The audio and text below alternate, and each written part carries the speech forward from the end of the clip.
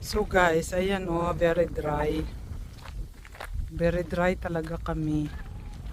Diba? So dapat itong field na to ay puno to ng magagandang ah, bulaklak at mga kamaisan. Pero ayan siya guys. Ayan. The whole field ay talagang dry. Very dry. Very dry siya guys. At dyan sa atin, ulan ng ulan. Dito,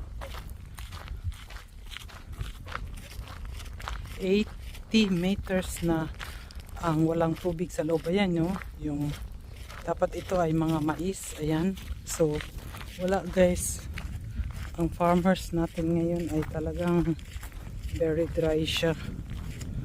Kung nakita niyo yung una kong video, dati talagang napakaganda niyan guys. So parang disyerto na rin, di ba? Pero yung mga puno green pa rin, oh, di ba? Pero yung sa pagtatanim ay ayan, dry talaga siya. Dito na kami sa ayan.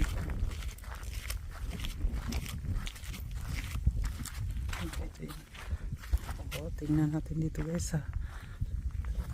Brandgefahr ist da kort jetzt wieder. Ja. Darf man nicht. So bawal magsindi dito ng kandila. Ano lang to yung pahingahan lang to guys. Ayan. Kung gusto mo mag meditation. Ayan o. Ayan. Kung gusto mo mag meditate. Dito ka lang. Sa maliit na to.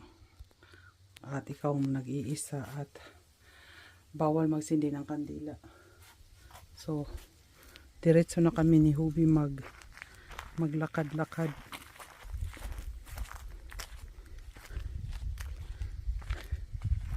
Diretso na. Buti nila nakapunta kami ngayon dito dahil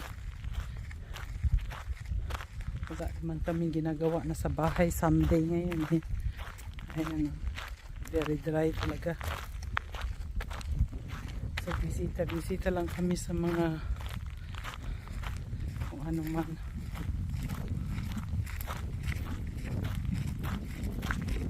So ayan. Ist das ein in Hause oder ganze Familie der Mahal? Ja. Da unten linke Seite. Die da. Was ist da? Ist der Bauernhof oder? Was? Ist der Bauernhof? Ja. Achso. Okay.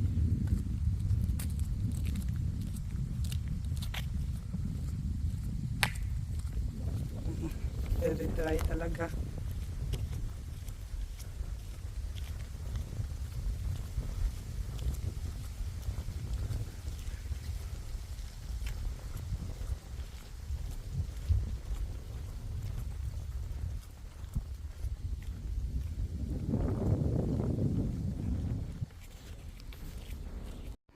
So, dito na kami sa baba guys. Ito naman oh, 'di ba? Walang aanihin, walang naaning mais at potato ngayong year guys dito sa amin. Ayan oh. Siyempre meron din yung iba pero ayan yung sa amin. So, medyo may kamahalan ang potato at saka meal. Anong being meal? Yung tawag nito, yung arena. Oh, di ba? So ayan guys, so dito sa baba yung mais. Late na to kasi malapit na rin mag ano eh.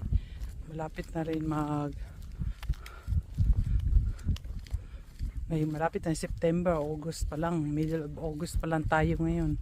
So, pero okay na rin yan, may makain yung mga kabakahan. Pero talagang, ayan o. O, diba? Itong kami galing sa taas. O, ayan o. O. So, ganun guys. Talagang napaka-dry. Ayan. Yan yung mais, ang liliit, di ba? Oo. Oo, yan oh. Oo. Pero at least meron pa rin makakain yung kabakahan yung itong mga dahon-dahon na to. O kabayo man.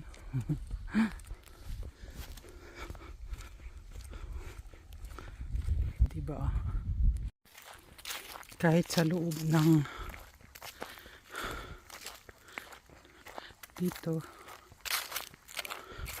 ay okay lang, may mag-green pa naman. Ayan.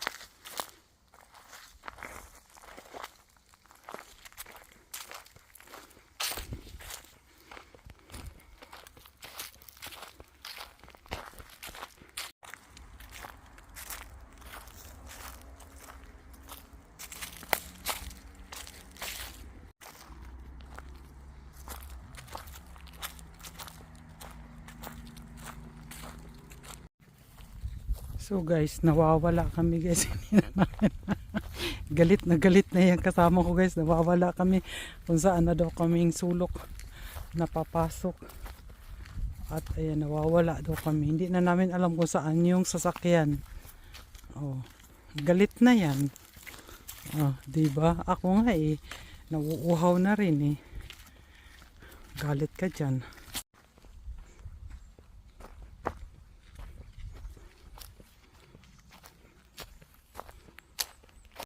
So guys, sa wakas, dito na kami, pabalik na. Ito yung inakyatan namin kanina, pabalik na kami. Tapos na rin ang aming so, may naririnig kayo guys sa likod ko.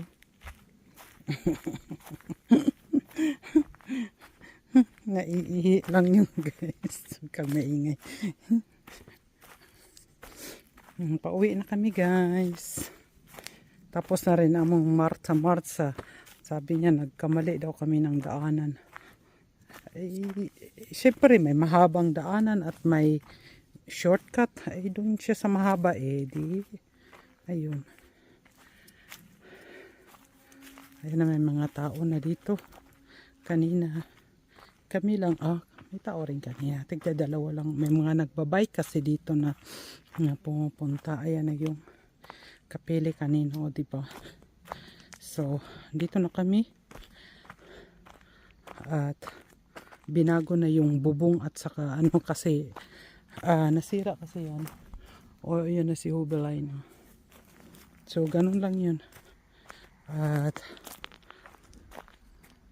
ayan na siya.